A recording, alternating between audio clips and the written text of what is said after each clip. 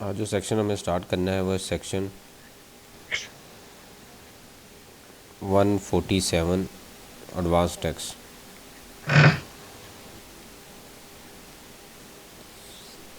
ठीक है, ये सेक्शन हम एक एग्जांपल के थ्रू इसको समझते हैं। फ़र्ज़ करें 30/6/2017 को कंपनी ने अपने अकाउंट्स फाइनल किए। लेट से सेल थी 1 लाख रुपए की,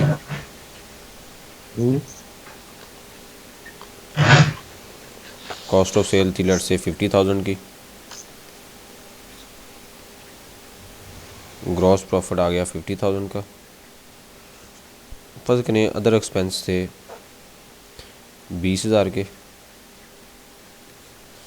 प्रॉफिट बिफोर टैक्स आ गया 30,000।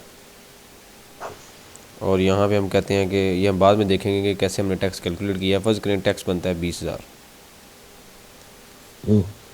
प्रॉफिट आफ्टर टैक्स आ गया 10,000 रुपये का।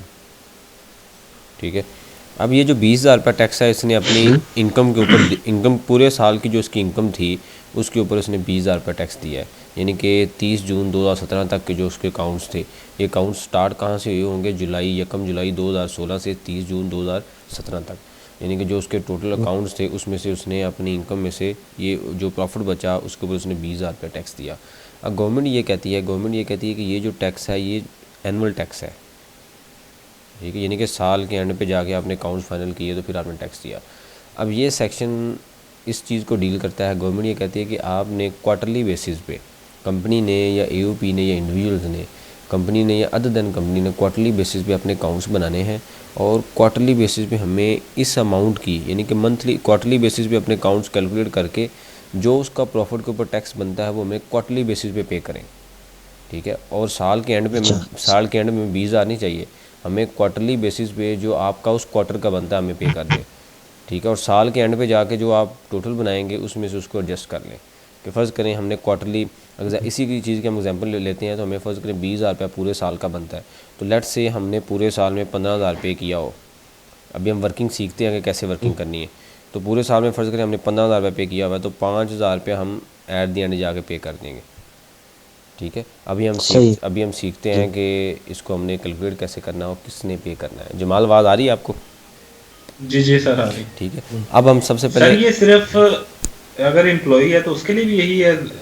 अभी अभी अभी जो चीज़ हम पढ़ रहे हैं वो ये पढ़ रहे हैं कि किस बंदे ने पे करना है। ठीक है, उसके बाद हम देखेंगे कौन से बंदे हैं जिनको ऊपर ये लॉ एप्लीकेबल ही नहीं है। ठीक है, तो ओके। अभी सही। सबसे पहले हम ठीक है। देखते हैं, सबसे पहले हम एग्जांपल लेते हैं कि अगर कोई कंपनी है या एओपी है।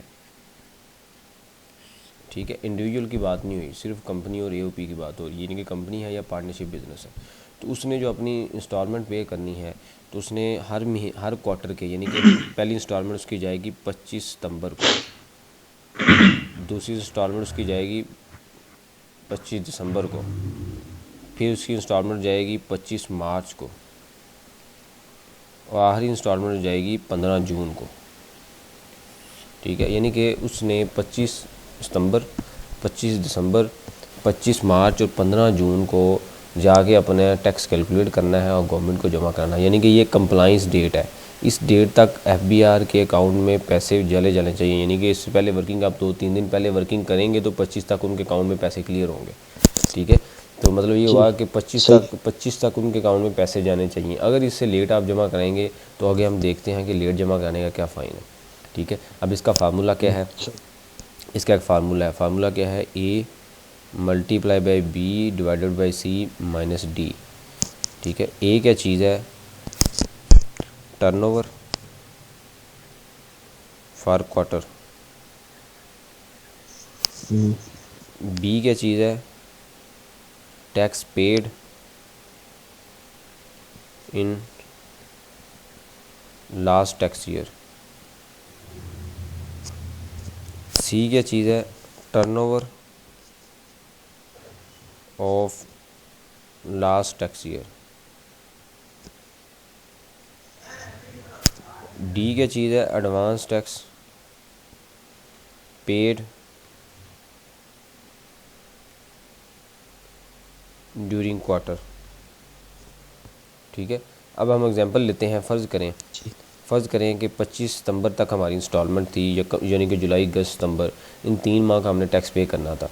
अब फ़र्ज़ करें हमारी सेल बनती है 2 लाख रुपए इन 3 माह की, ठीक है। उसके बाद ये 2 लाख क्या आ गया, ए आ गया, turnover of quarter for quarter, ठीक है। उसके बाद अब बी क्या की चीज़ है, tax paid in last tax year. Last tax year में हमने कितना टैक्स पे किया है। फ़र्ज़ करें ये जो इंस्टॉलमेंट हम पे कर रहे हैं ना, ये हम पे कर रहे हैं टैक्स ईयर 2018 की, यानी कि जुलाई 18, अगस्त 18 और यानी कि जुलाई 17, अगस्त 17 और सितंबर 17, यानी कि अगले टैक्स ईयर की। तो 30 जून तक पिछला टैक्स ईयर हमारा कहाँ पे क्लोज़ हुआ होगा, 30 जून 2017 के ऊपर, ठीक है। 17। तो 2 लाख रुपया हमारा एक फर्स्ट क्वार्टर की इनकम है, तो हमने लास्ट टैक्स ईयर में कितना टैक्स पे किया हुआ है, 20,000 रुपया, 20। ठीक है। तो लास्ट टैक्स ईयर का रेवेन्यू कितना है, 1 लाख रुपये, ठीक है। समझ गए बात को, ये फार्मूला यूज़ जी होगा। जी बिल्कुल। यानी कि पिछले साल के ट्रेंड को लेके वो अगली कैलकुलेशन आपसे करवा रहा है कि पिछले साल आपने क्या किया, क्या पे किया, उसकी बेस पे इस साल की कैलकुलेशन करें, ठीक है। उसके बाद आता है डी हमने जो कल सेक्शन पढ़े थे सारे के सारे एडवांस टैक्स, जिसमें कैश विड्रॉल भी था, इलेक्ट्रिसिटी बिल भी था, टेलीफोन, डोमेस्टिक टिकट, कोई भी, उसके अलावा ये जो फंक्शन एंड गैदरिंग हमने पढ़ा, यानी कि हर वो टैक्स जो ड्यूरिंग दी क्वार्टर आपने एडवांस गवर्नमेंट को जमा करवाया हुआ है, ठीक है। फ़र्ज़ करें कैश विड्रॉल के ऊपर 500 था, ठीक है। इलेक्ट्रिसिटी बिल के ऊपर अगर हम एग्जांपल लेते हैं तो 1000 था, ठीक है। फंक्शन एंड गैदरिंग के ऊपर भी आपने 500 दिया हुआ है, ठीक है। तो 2000 रुपया आपने ड्यूरिंग द क्वार्टर पे किया हुआ है, तो ये आप क्या करेंगे, यहाँ से 2000 माइनस कर देंगे, ये डी है, advance tax paid during the quarter, ठीक है। तो अब क्या होगा, 2 लाख मल्टीप्लाई बाय 20% माइनस 2000, ठीक है। 2 लाख का 20% 20,000 आ गया, और 2,000 रुपये आपने क्वार्टर का पे किया हुआ है, तो 18,000 रुपये आप क्या करेंगे, गवर्नमेंट को पे कर देंगे, ठीक है। समझ गए सही बात, है। जमाल, समझ गए बात, जी जी बिल्कुल। जी जी। जमाल समझ आ रही है ना आपको, जी जी सर, जी ठीक है। आगे। अच्छा, अब इसी एग्जांपल को हम बेस बनाते हैं कि ये जो 2 लाख रुपया उसने बात की है टर्नओवर फॉर क्वार्टर, आपकी तरफ से क्वेश्चन आना चाहिए था कि भाई 25 सितंबर तक तो सितंबर एंड ही नहीं हुआ, तो सितंबर की हम सेल कैसे ले सकते हैं, ठीक है। जुलाई तो ख़त्म हो गया, जुलाई की सेल हमारे पास होगी, सितंबर आ गया, अगस्त आ गया, अगस्त की सेल भी हमारे पास होगी। तो 25 सितंबर को हमने चूँकि पे करना है, तो हम फ़र्ज़ करें कैलकुलेशन कर रहे हैं 20 सितंबर को, यानी कि 2-4 दिन पहले हम वर्किंग कर रहे हैं अपनी। तो 20 सितंबर तक तो आपके पास सितंबर की सेल ही नहीं थी, तो फिर क्वार्टर की सेल तो कंप्लीट ना हुई, एवरेज बेसिस। ठीक है। तो इस केस में आपको लॉ ने 2 ऑप्शन दी हुई हैं। नंबर 1 वो ये कहता है कि आप पिछले साल सितंबर की सेल ले लें, ठीक है, लास्ट ईयर सितंबर की सेल ले लें, ठीक है सही है। जी। या वो ये कहता है कि फ़र्ज़ करें आप 20 तारीख को वर्किंग कर रहे हैं, तो फ़र्ज़ करें 50,000 सेल थी 20 दिनों की, तो उसको आप फोरकास्ट कर लें 30 दिनों के ऊपर, तो ये 75,000 रुपये आपकी सेल आ जाएगी, समझ गए, सही। ठीक है। जी मतलब जितने दिनों की सेल है उसको डिवाइडेड बाय उतने नंबर ऑफ डेज़ करें और मल्टीप्लाई 30 करते हैं, तो फोरकास्ट हो जाएगी।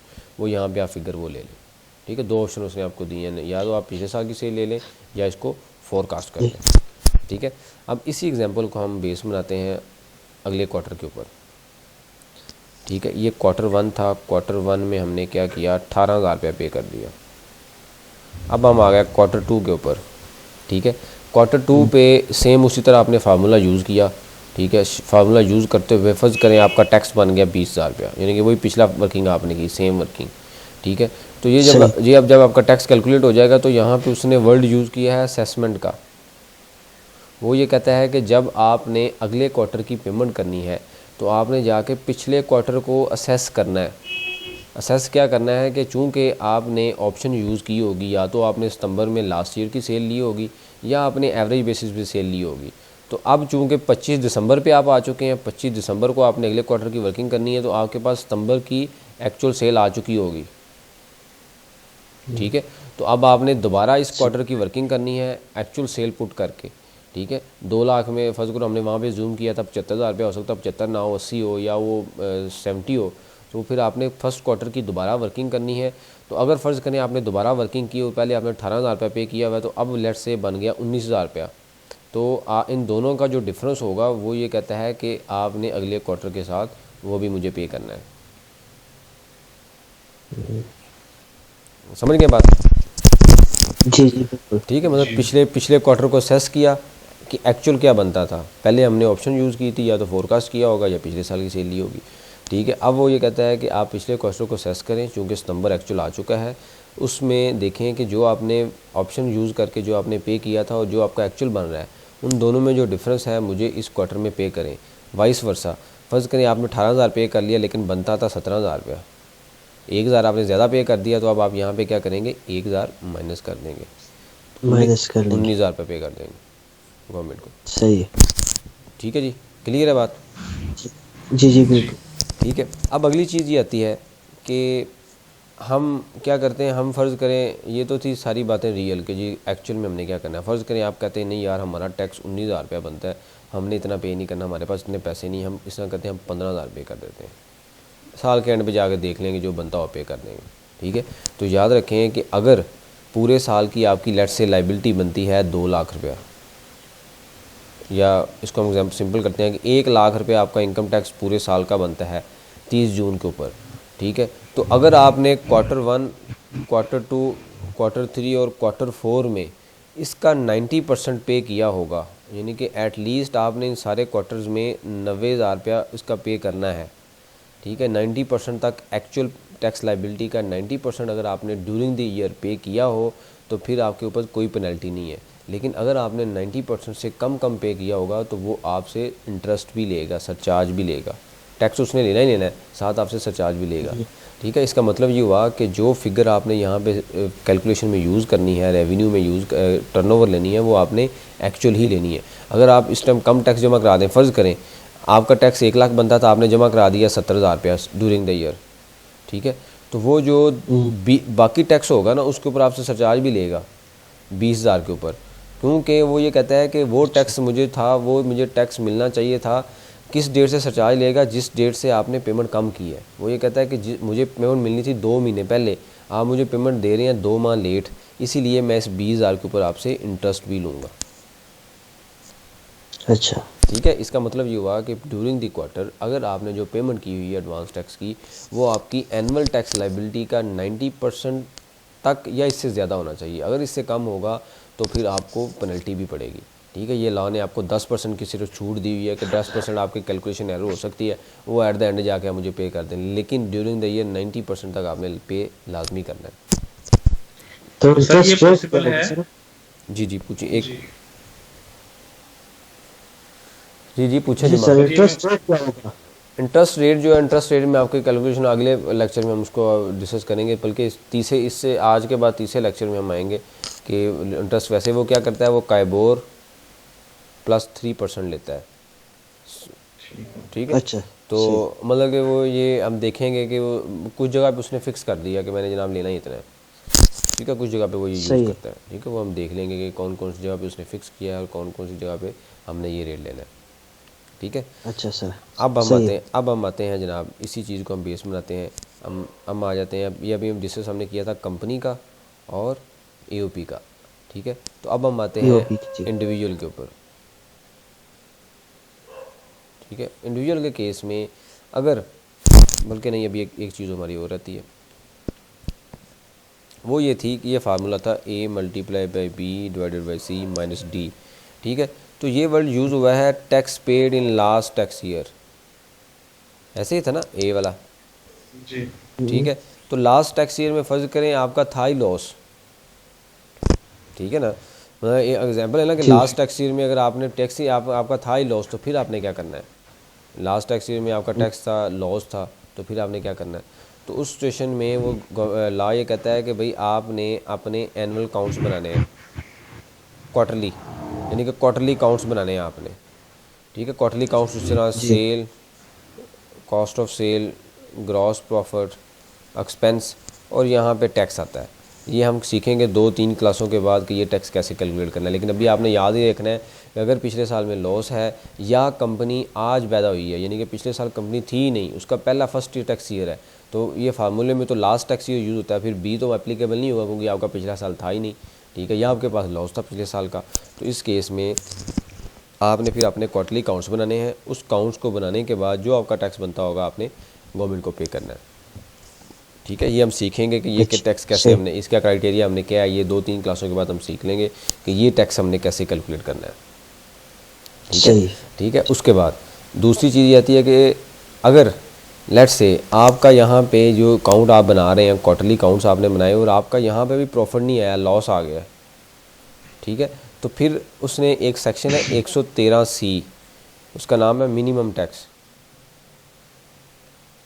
Minimum tax on turnover. अगर आपका लॉस है या पिछले साल कंपनी इनकॉर्पोरेट नहीं हुई, आपके पास पिछले साल का डाटा नहीं है, तो गवर्नमेंट ये कहती है कि आपने 1.25% ऑफ रेवेन्यू ऑफ सेल ये तो मुझे पे करना ही करना है, चाहे लॉस है चाहे प्रॉफिट है। ठीक है, यानी कि प्रॉफिट के केस अच्छा। में हम देखेंगे कि उसमें क्राइटेरिया यूज़ होता है। मैं आपको छोटा सा बता भी देता हूँ क्राइटेरिया क्या यूज़ होता है कि 17% ऑफ अकाउंटिंग प्रॉफिट,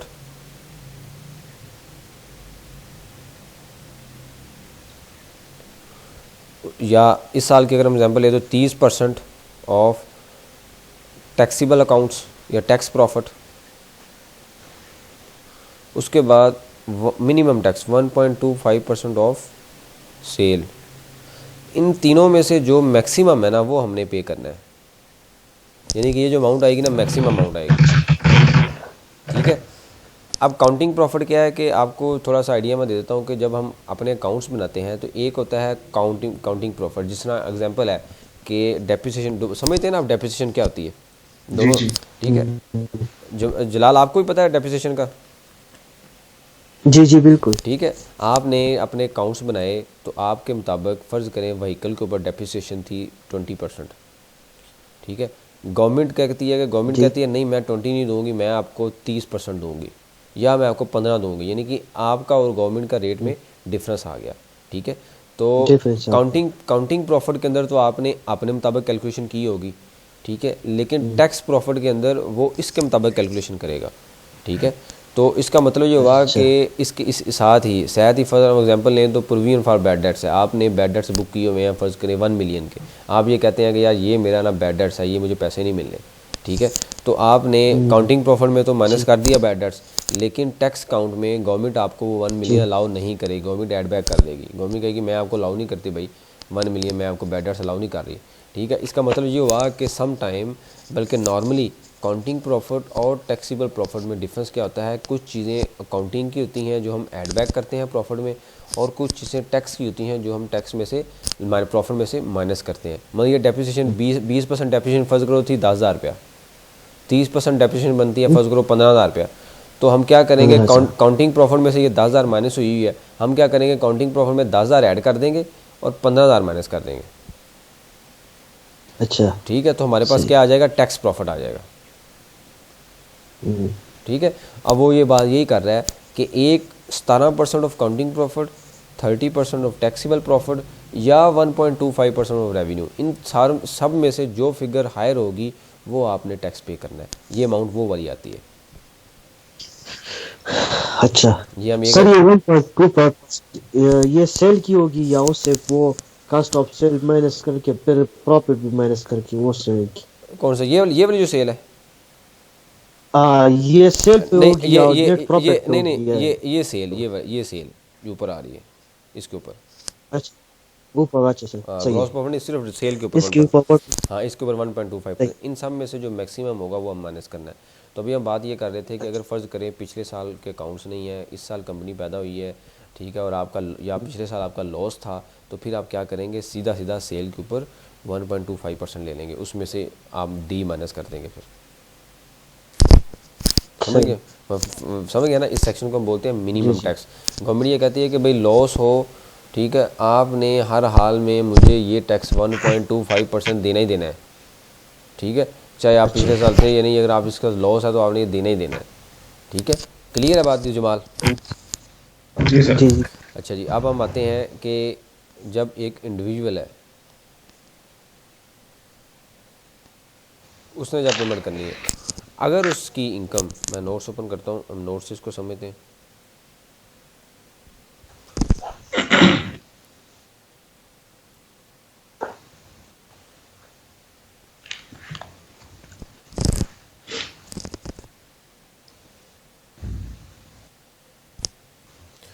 ये advance tax of advance payment of tax on quarterly basis section 147। An individual, ये बात हो रही है इंडिविजुअल की, an individual having latest assess income of RS 1 million और मोर is required to pay advance tax on quarterly basis. अगर आप एक इंडिविजुअल है और उसकी पिछले साल की इनकम 1 मिलियन से ऊपर है, ठीक ऊपर है, तो फिर उसने एडवांस टैक्स पे करना है। अगर 1 मिलियन से कम है तो उसको no need to pay advance tax, उसने एडवांस टैक्स पे नहीं करना। ठीक है, ये उसने इंडिविजुअल के लिए शर्त रखी है, कंपनी और AOP के लिए कोई ऐसा क्राइटेरिया नहीं है। उसके बाद आते हैं कि एडवांस टैक्स इंडिविजुअल के केस में उसने क्या फार्मूला यूज़ किया। उसने फार्मूला यूज़ किया है A/4 - B। ठीक है, ए क्या चीज़ है? A is the tax assessed for the latest tax year. ठीक है, इज़ द टैक्स डिडक्शन और paid at source in the quarterly, ये बी वो आ गया। यानी कि हमने उस केस में क्या किया था, परसेंटेज ली थी। हमने क्या किया था उस केस में कि total tax divided by revenue. इस केस में वो क्या करता है कि जो टैक्स आपने पिछले साल पे किया हुआ है ना, उसको डिवाइडेड बाय 4 कर देता है। ठीक है, 4 इंस्टॉलमेंट बना देता है, उसमें से आप बी माइनस कर देते हैं। बी क्या चीज़ है? Advance tax. Advance tax. ठीक है, मतलब उसमें हमने परसेंटेज ली थी। उसमें हमने क्या किया था कि पिछले साल 15,000 टैक्स था, तो रेवेन्यू कितना था? 1 लाख, तो हमारी परसेंटेज कितनी आ गई? 15%। अब वो यहाँ पे क्या कर रहा है, वो ये कहता है जो टैक्स आपने पिछले साल पे किया है ना, उसको डिवाइडेड बाई 4 करो, उसकी 4 इंस्टॉलमेंट बनाओ और इक्वल अमाउंट हर क्वार्टर मुझे पे करते जो। मतलब डिवाइडेड बाई 4 किया और उसमें से जो आपने ड्यूरिंग द क्वार्टर पे किया हुआ है वो करें और बैलेंस अमाउंट गवर्नमेंट को पे कर दें।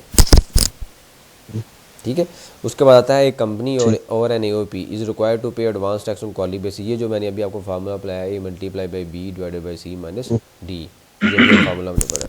ठीक है, उसके बाद आता है affect of turnover tax under section 113 and under section 113C shall also be consider for this purpose. ये वो एक्सरसाइज 113 सेक्शन कौन सा है? Minimum tax. ठीक है, अगर लॉस है तो हमें मिनिमम टैक्स में आना है। उसके बाद आता है द फॉलोइंग शैल नॉट। अब आते हैं जी कौन से ऐसे बंदे हैं जिन्होंने टैक्स पे करना ही नहीं है।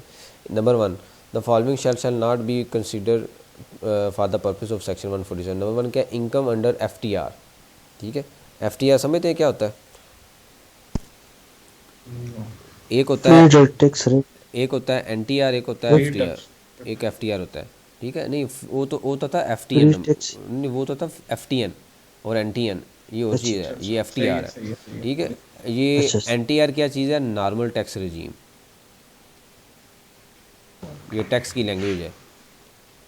अच्छा, नॉर्मल टैक्स जी। FTR क्या चीज़ है? Final tax रजीम। ठीक है, अब ये आपको समझ आएगी 2-3 जब हम इनकम टैक्स तकरीबन कंप्लीट करेंगे तब जो आपको समझ आएगी। लेकिन अभी मैं आपको कॉन्सेप्ट दे देता हूँ कि कॉन्सेप्ट क्या है।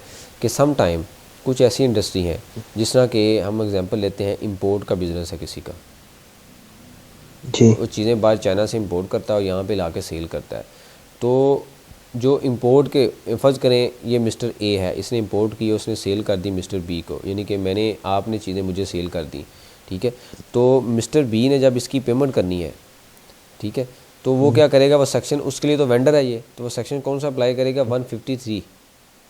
ऐसे ही है, ऐसे ही है ना। मतलब मैंने आपने मेरे से चीज़ें परचेज़ की हैं, मैं आपका वेंडर हूँ। जब आपने मुझे पेमेंट करनी है तो आपने देखना है कि मेरा स्टेटस क्या है, मैं सर्विस प्रोवाइडर हूँ या गुड्स प्रोवाइडर हूँ। अगर मैं सर्विस प्रोवाइडर हूँ या गुड प्रोवाइडर हूँ तो क्या मैं कंपनी हूँ? क्या तो देन कंपनी हूँ। आपने कौन सा सेक्शन अप्लाई किया? 153, यानी कि पेमेंट टू वेंडर वाला सेक्शन आपने देखा। फ़र्ज़ करें मेरा टैक्स बनता है 4%। ठीक है, तो कुछ ऐसी इंडस्ट्री हैं, आगे हम डिस्कस करेंगे कौन सी इंडस्ट्री है। लेकिन याद आपने ये रखना है कि अगर आपने एट सोर्स मेरा 4% टैक्स काट लिया है ना, तो वो मेरा क्या है? फाइनल टैक्स है, फाइनल टैक्स है। यानी कि फिर साल के एंड पे जाके मैं जो अपने अकाउंट्स बनाऊंगा ना, उसमें मैं टैक्स पे नहीं करूँगा। मेरा ऑलरेडी 4% कट चुका है, बस अब मेरा फाइनल टैक्स है। मैंने ये साल के एंड पे जाके जब अकाउंट्स बनाने, सेल, ग्रॉस प्रॉफिट सेल आएगी, तो मैंने कुछ टाइम कोई नहीं टैक्स देना, क्योंकि मेरा ऑलरेडी कट चुका है। मैं फाइनल टैक्स रजीम में फॉलो करता हूँ। गवर्नमेंट ने मुझे कह दिया है कि तुम्हारा बिजनेस फाइनल टैक्स रजीम में। समझ गए बात को? सही। ठीक है, मतलब उसने फिर जाके अकाउंट्स फाइनल ये फिर जी सर, ये फिर FTR नंबर खुद लेना पड़ता होगा? नहीं, FTR जो होता है ना, इंडस्ट्री वेरी करता है। ये मैं आपको एक लिस्ट शेयर करूँगा कि कौन सी कंपनियाँ FTR में फॉलो करती हैं, कौन सी कंपनियाँ NTR में फॉलो करती हैं। ठीक है, यानी कि ये लेना नहीं होता, ये बिज़नेस के मुताबिक एज़ पर लॉ है कि अगर आप ये बिज़नेस करेंगे तो NTR में आएंगे, ये बिज़नेस करेंगे तो FTR में आएंगे। ठीक है, अब आता है ये कोई भी इंपोर्ट का कर सकते हैं? नहीं, ये सिर्फ वो इंपोर्टर होता है जो कमर्शियल इंपोर्टर होता है। यानी कि जो सी बी यूनिट से मुराद ये है कंप्लीट बिजनेस यूनिट, मतलब आपने लैपटॉप चाइना से ख़रीदे और सेम उसी कंडीशन में ला के सेल कर दिए, उसमें मैन्युफैक्चर नहीं किया, उसको संभल नहीं किया, सेम कंडीशन में चीज़ इंपोर्ट की और सेम कंडीशन में सेल कर दी, ठीक है। वो बंदा जो किस में फॉल करेगा, FTR में, ठीक है। लेकिन अगर आपने CKD, ठीक है, अगर आप लेके आए हैं कुछ मटेरियल लेके आए हैं बाहर से और यहाँ पे लाके आपने संभल किया है फिर सेल किया है, तो फिर आप FTR में नहीं आएंगे, फिर किस में आएंगे, नॉर्मल टैक्स में आएंगे। अच्छा अच्छा। ठीक है, समझ गए सर ये बात? जो मिस्टर ए है ये FTR में आएगा कि NTR में आएगा? ये जो मिस्टर ए है ये तो इम्पोर्टर है, ठीक है। अगर तो ये कमर्शियल इम्पोर्टर है, यानी कि इसने पूरे का पूरा यूनिट बाहर से परचेज़ किया और सेम उसी कंडीशन में आगे सेल कर दिया, कोई वैल्यू एडिशन नहीं की, जी ठीक है, तो ये फॉल करेगा FTR में, ठीक है। लेकिन अगर ठीक है। इसने और आगे जो खरीदने वाला है? आगे जो खरीदने वाला है उसका अपना कंसर्न है, वो जहाँ मर्जी फॉल करे, उसकी अपनी नेचर होगी, वो उसकी अपनी नेचर है, वो डीलर है, रिटेलर है, एंड कंज्यूमर है, क्या है वो, उसकी अपनी नेचर है, समझ गए ना। मतलब आपने तो ये देखना है कि जो बंदा सेल कर रहा है, यानी कि आप कंपनी में बैठे हुए हैं और आपकी कंपनी किस में फॉल, क्योंकि हम कैलकुलेशन कर रहे हैं कंपनी की, हम इनकी कैलकुलेशन नहीं कर रहे हैं, ठीक है। तो ये भी किसी के लिए ये आगे सेल करेगा मिस्टर सी को, तो फिर हम कैलकुलेशन किसी करेंगे मिस्टर बी की, हम मिस्टर सी की कैलकुलेशन नहीं कर रहे, ठीक है। मतलब कि जो वेंडर है या कस्टमर है, हम उसकी कैलकुलेशन हम कर रहे हैं कंपनी की। तो अगर हम ए कंपनी है, ए ने बी को सेल किया तो हम ए की कंपनी कर रहे हैं, अगर हम बी कंपनी में बैठे हुए हैं और बी ने सी को सेल किया तो फिर हम बी में आएंगे, बी की कैलकुलेशन करेंगे, ठीक है। अभी आपने याद ये रखना है कि अगर आपने सेम उसी कंडीशन में चीज़ जैसे परचेज़ की है वैसे ही सेल कर दी है तो फिर आएगा FTR में, लेकिन अगर उसको संभल किया, मैनुफैक्चर किया है, बनाया है, तो फिर किस में फॉल करेगा, NTR में, NTR। ठीक है। उसके बाद आता है, अच्छा उसके बाद उसने कहा following shall not be consider for the purpose of section 147, यानी कि इनकम अंडर FTR, जो बंदे FTR में आ रहे हैं उन्होंने एडवांस टैक्स पे नहीं करना। क्यों नहीं पे करना, वो है ही FTR में है, उनको ज़रूरत ही नहीं है एडवांस टैक्स पे करने की, वो ऑलरेडी 4% अपना कटवा रहे हैं कस्टमर से, ठीक है। तो वो अगर एडवांस टैक्स भी पे कर देंगे वो तो डबल हो जाएगा टैक्स उनके लिए, क्योंकि उन्होंने तो अपने अकाउंट से नहीं बनाने, ठीक है। उसके बाद उसने बात की है कि सैलरी, जो बंदा सैलरी ले रहा है, सैलरी इंडिविजुअल है, उसने भी अपना एडवांस टैक्स पे नहीं करना, वो भी एग्जाम्प्ट है, ठीक है जी। उसके बाद उसने कहा जी एन इंडिविजुअल शैल पे क्वार्टरली एडवांस टैक्स, जो इंडिविजुअल है उसने 15 सितंबर, 15 दिसंबर, 15 मार्च और 15 जून को पे करना है। लेकिन अगर कोई कंपनी है तो उसने 25 सितंबर, कंपनी है या AOP है तो 25 सितंबर, 25 दिसंबर और 25 मार्च एंड 15 जून को, आखिरी जो जून है जून चूँकि क्लोज़ होता है तो इसलिए उन्होंने 15 जून लिखा हुआ है कि 15 जून को पे करना है, ठीक है। उसके बाद आता है, सही। अगर नीचे हम सबसे नीचे आए तो आप देखें कि उसने लिखा हुआ है if a taxpayer file an estimate and is advance tax paid is less than 90% of total tax liability of the relevant year, he shall be reliable to pay default surcharge, ठीक है, ठीक है।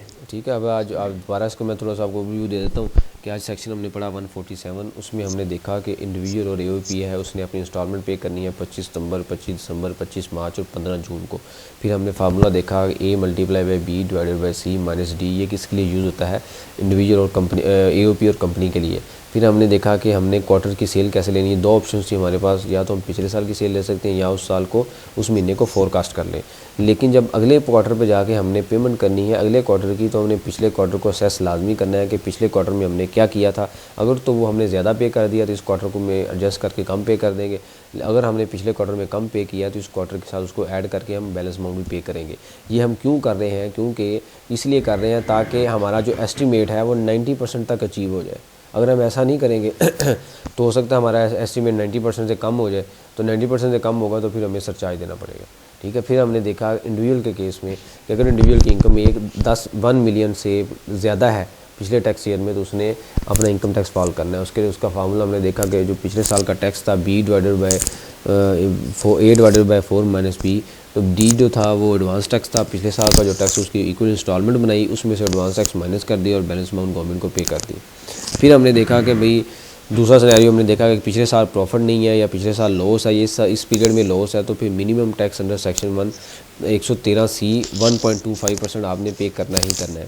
फिर उसके बाद and पे देखा हमने जनाब के कौन से बंदे हैं जिन्होंने पे नहीं करना। एक वो बंदा जो FTR में फॉल कर रहा है, दूसरा जो सैलरी ले रहा है उसने एडवांस टैक्स पे नहीं करना।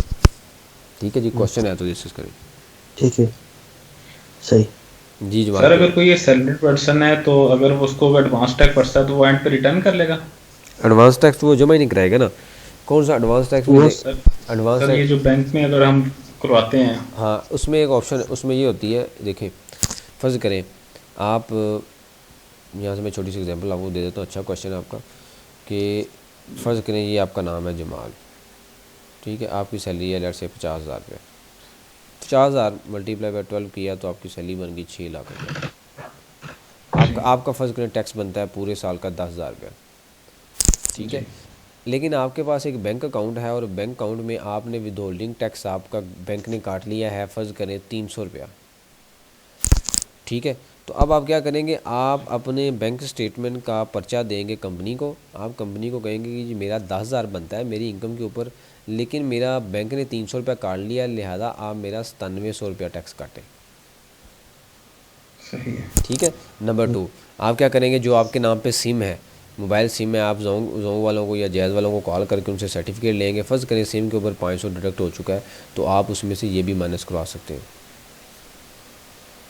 अच्छा। ठीक है, यानी कि जो टैक्स देखें आप इस इनकम के ऊपर ही दे रहे हैं ना, आपका सोर्स ऑफ इनकम क्या है, 6 लाख रुपया, 6 लाख के ऊपर जी 10,000 आपका टैक्स बनता है, लेकिन उस सोर्स ऑफ इनकम को यूज़ करते हुए आपने जब पैसे निकलवाए तो आपका 300 बैंक ने काट लिया, इसी इनकम में से जनाब 500 रुपये आप एडवांस में दे रहे हैं जोंग कंपनी को या जैज़ कंपनी को, तो आपका तो टैक्स इस 6 लाख के ऊपर 10,000 बनता है। तो अगर आप वो एडजस्ट नहीं करेंगे तो एट द एंड क्या होगा, 10,000 जमा 300 जमा 500, तो गवर्नमेंट ने तो आपसे 10,800 ले लिया ना फिर। इनकम तो आपकी वही रही 6 लाख रुपया। ठीक है, तो इसीलिए आपने इसको टाइम के साथ साथ इसको एडजस्ट भी कराना है। और जो है आप कंपनी को दें, भाई मेरा एडजस्ट करें, मेरा बैंक ने काटा हुआ है, मेरा फलां कंपनी ने काटा हुआ है, मेरी इतनी टैक्स लाइबिलिटी मुझे उसमें से एडजस्ट करें, मैं क्यों ज़्यादा पे करूँ। समझ गए बात। सही। जी जी जी। सर एक और क्वेश्चन है। जी सर एक इंडिविजुअल है और आपने जैसे भी बताया जिसकी 1 मिलियन से ज़्यादा सैलरी है उसको वो क्वार्टरली देगा अपना टैक्स। हाँ ठीक है। अगर वो रजिस्टर्ड ही फर्स्ट टाइम हो रहा है एफपीआर के साथ और उसने ईयर एंड पे अपना अब सारा टैक्स देना है, ठीक है। तो अब ऑब्वियसली बात है उसने क्वार्टरली पेमेंट तो नहीं की होगी, हाँ बिल्कुल ऐसे ही है, उसने उसके मतलब आपका तो मतलब ये फिर है उसको कि सरचार्ज देना पड़ेगा? नहीं, उसमें ये होता है कि अगर तो अमाउंट कम हो, फर्ज करो कोई 2 लाख हो 3 लाख हो, आप आपके पास असम्पशन ये हो सकती है कि भाई पहले फर्स्ट ईयर ऑफ बिज़नेस था, हमें आइडिया नहीं था कि हमारी इनकम 10 लाख से ऊपर हो जाएगी। ठीक है, 30 जून पे जाके हमें पता चला कि हमारी इनकम ज़्यादा हो गई है, लिहाजा हम पहली इंस्टॉलमेंट 30 जून को पे करें, अगले साल हम पे कर देंगे। फर्स्ट ईयर में थोड़ा सा टैक्स डिपार्टमेंट लीनियंट होता है, वो कहता है यार नया बंदा आया चलो अगले साल में कर लेगा। ठीक है, तो आप 30 जून को जाके 100% पे कर दें। ठीक है, समझ गए।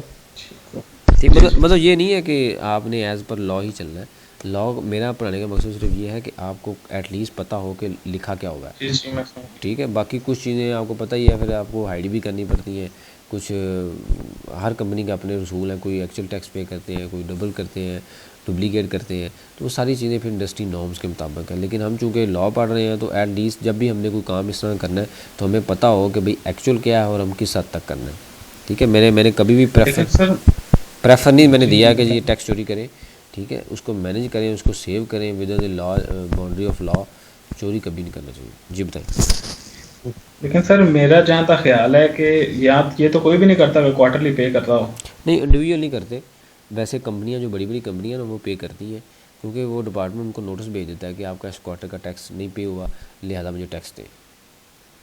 इंडिविजुअल को थोड़ा सा लीनियर होते हैं इनके मामले में। इंडिविजुअल में लेने इसलिए नहीं, इसलिए है कि अगर आप देखें ना कि अगर हम मैं एग्जांपल लूँ तो पूरे पाकिस्तान में या लाहौर ऑफिस की हम बात करें, लाहौर ऑफिस में कोई 400 बंदा है टैक्स का। ठीक है, जो टैक्स ऑफिस में काम करता है ना, मैक्सिमम आप लगा लें सारे ऑफिस में तो 400 बंदा होगा। ठीक है, अब 400 बंदे ने पूरे डिस्ट्रिक्ट लाहौर को, पूरे जनाब कसूर को, जितने भी शहर जहाँ जहाँ पे कंपनी रजिस्टर्ड है, तो एक बंदे के हिस्से में पिछले दिनों बात हो रही थी, मैं डिपार्टमेंट गया तो वहाँ पे असिस्टेंट कमिश्नर के साथ थोड़ी बहुत ही हेलो आई थी, तो वो यही बता रहा था कि भाई एक बंदे के हिस्से में 100 कंपनियाँ आती हैं। ठीक है, तो वो 100 कंपनियाँ में जब वो कैलकुलेशन करेंगे तो वो ये नहीं देखेंगे कि भाई एक इंडिविजुअल है उसकी 2 लाख रुपये इनकम है, उसके ऊपर टैक्स कितना बन जाएगा, 50,000 बन जाएगा, लाख बन जाएगा, 2 लाख बन जाएगा। तो वो अपना टाइम इन्वेस्ट करेगा जहाँ पे उसको 2 मिलियन या 3 मिलियन टैक्स आना है, वो 2-3 लाख के ऊपर नहीं भागेगा। हाँ आगे हो सकता है कि आगे वो जनाब इसको मज़ीद सिस्टमेटिक कर लें, लेकिन अभी की जो सिचुएशन है वो इतनी छोटी अमाउंट के पीछे नहीं भागते। वो ये कहते हैं चलो यार क्वार्टरली नहीं दिया ना, साल के एंड पे जाके देख लेंगे, साल के एंड पे तो पे कर ही देगा ना। सही है। ठीक है, मतलब सही है। हर चीज़ की प्रोबेबिलिटी रखते हैं वो। अगर हम सैलरी इंडिविजुअल की बात करें तो सैलरी इंडिविजुअल को पूरे पाकिस्तान में जो डिपार्टमेंट के लोग हैं चेक करने वाले वो लोग हैं 400-500 लोग हैं, लेकिन 15 लाख बंदा सैलरी इंडिविजुअल में रजिस्टर्ड है। तो आप 15 लाख डिवाइडेड बाय 400 करें तो एक बंदे के हिस्से में कितनी कंपनियाँ आती हैं? तो कोई कर सकता है इतना? तो वो फिर वही काम करते हैं जहाँ से उनको रिकवरी मिलती है, छोटी छोटी वो चीज़ें उनकी आंखों से कुछ निकल जाती हैं। जी ठीक है जी। कल इंशाल्लाह हम डिस्कस करेंगे इंपोर्ट, सेक्शन 148 के जो जब कंपनी इंपोर्ट करती है तो उसने कौन कौन से टैक्स पे करने हैं at the time of import. साथ ही हम प्रोडक्ट कॉस्टिंग देख लेंगे कि जब आपने कोई चीज़ इंपोर्ट की तो उसकी हमने प्रोडक्ट कॉस्टिंग कैसे करनी है। ठीक है। अच्छा, ये जो इसकी डबल एंट्री रह गई थी, डबल एंट्री मैं आपको समझा देता हूँ कि फ़र्ज़ करें Q1 था, Q1 में हमने कैलकुलेट किया था 18,000 रुपया। ठीक है, तो अब आपने सिस्टम में डबल एंट्री क्या करनी है, डेबिट एडवांस टैक्स 18,000 रुपये से, और क्रेडिट क्या कर देंगे, बैंक 18,000 रुपये से। ठीक है, यानी कि अब एडवांस टैक्स है। ये टैक्स कब जाके एडजस्ट होगा, साल के एंड पे। फ़र्ज़ करें ये एडवांस टैक्स का लेजर है, अब इसको गौर से समझ लेना है। ये एंट्रियाँ थोड़ी सी टेक्निकल होती हैं। Q1 है, Q2 है, Q3 है और Q4 है। लेट से आपने Q1 में 18,000 पे किया, यहाँ पे 10,000 पे कर दिया है, यहाँ पे 5,000 पे कर दिया और यहाँ पे जनाब आपने 3,000 पे कर दिए। ठीक है, और 28 और 5 33 और 3 36,000 रुपये जनाब आपने टोटल पे कर दिया। तो साल के एंड पे जाके जब आपने अकाउंट्स बनाए तो फ़र्ज़ करें आपका टैक्स बनता है 40,000 रुपया। ठीक है, इसकी भी एंट्री ये होगी, इसकी भी एंट्री ये होगी, इसकी भी ये होगी, यानी कि एडवांस टैक्स के लेजर में आपने 36,000 रुपया स्टैंड किया होगा। ठीक है, हर क्वार्टर में आपने एंट्री की होगी ना, debit advance tax credit bank credit. ठीक है, तो ये आपकी लायबिलिटी आ जाएगी साल के एंड पे। ठीक है, तो अब हमने इसके अगेंस्ट को नेट ऑफ करना है। कैसे करना है, उसकी डबल एंट्री आप समझ लें। इसकी एंट्री आप क्या करेंगे, जो आपका साल के एंड पे आप करेंगे टैक्स, यानी कि profit and loss tax expense debit 40,000 रुपये से, और क्रेडिट क्या कर देंगे, income tax payable, income tax payable यानी कि आपने लाइबिलिटी स्टैंड करा ली 40,000 से। ठीक है, अब आप देखेंगे इस 40,000 में से 36,000 तो ऑलरेडी पे हो चुका है। ठीक है ना, तो हम क्या एंट्री कर देंगे, हम कर देंगे डेबिट इनकम टैक्स पेएबल, कितनी अमाउंट से, 40,000 से। क्रेडिट क्या कर देंगे, advance tax paid during the quarter, कितनी अमाउंट से पे किया हुआ है, 36,000 रुपये से। 36। तो बाकी जो 4,000 होगा वो हम बैंक से पे कर देंगे। सर ये प्री पेमेंट का कॉन्सेप्ट चल रहा है ना? ये एडवांस पेमेंट का कॉन्सेप्ट है। प्री पेमेंट वही होता है ना, प्री पेमेंट में आप मतलब टैक्स की लैंग्वेज में हम एसेट ही बनाया उसने। हाँ, उसमें हमने एसेट बनाया और एट द एंड जाके हमने एसेट को एडजस्ट कर लिया, ये हमने एडजस्ट कर लिया। तो ये 36,000 पर जब क्रेडिट होगा तो ये अकाउंट आपका नील हो जाएगा।